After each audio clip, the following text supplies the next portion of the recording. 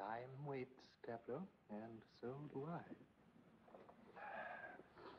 The Agamemnon, line 1372. Begin. He should never have become a schoolmaster. Why did he? Andrew? It was his vocation, he said. He was sure he'd make a big success of it, especially when he got the lower fifth his first term, like that young fellow in Chapel. How did you meet him in the first place? I often wondered. It was up at Windermere. I was staying with my uncle, Sir William Bartop. Andrew was on a walking tour. A walking tour? Well, he wasn't always the crop, you know. He was quite good-looking in those days, believe it or not. Had a bit of gumption then, too. At least I thought he had. Ah, yes.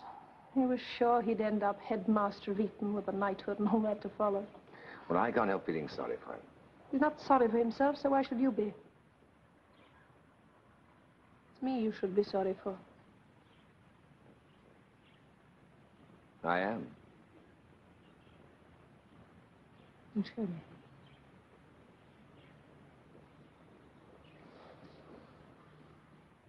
Oh, Clytemnestra, we're surprised at... We marvel at. We marvel at thy tongue. How bold thou art that you... Thou canst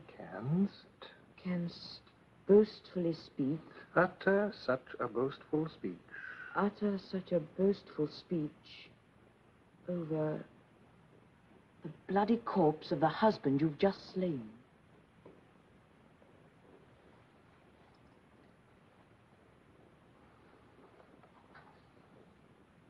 Taplow, I presume you are using a different text from mine.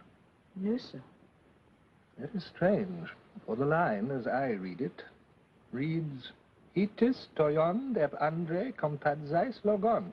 However diligently I search, I can discover no bloody, no corpse, no you have slain. Simply husband. Yes, sir, that's right.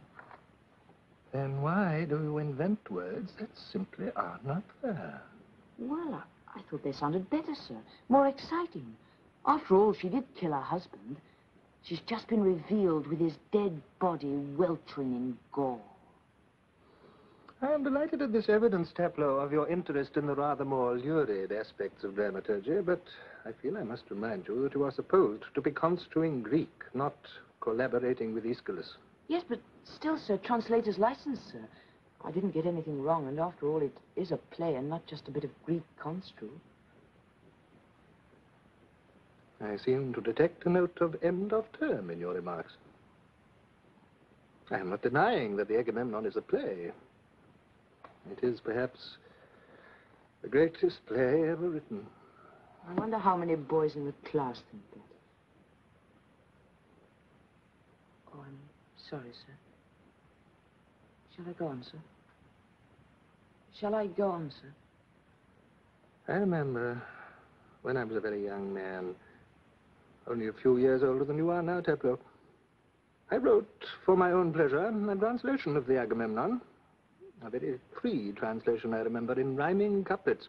The whole Agamemnon in verse? Oh, that must have been jolly hard work, sir. It was hard work, but I derived great joy from it. The play had so excited and moved me that I wished to communicate, however imperfectly, some of that emotion to others. I remember I thought it very beautiful. Almost more beautiful than the original. Was it ever published, sir? No. I didn't finish it. Yesterday, when I was packing my papers, I looked for it, but I'm afraid it is lost, like so many other things. Lost for good. Oh, hard luck, sir. Now go back and get that last line right. That thou canst utter such a boastful speech over thy husband. Yes, and now if you'll be kind enough to do the line again without the facial contortion which you found necessary to go with it. Isn't that the clock, sir?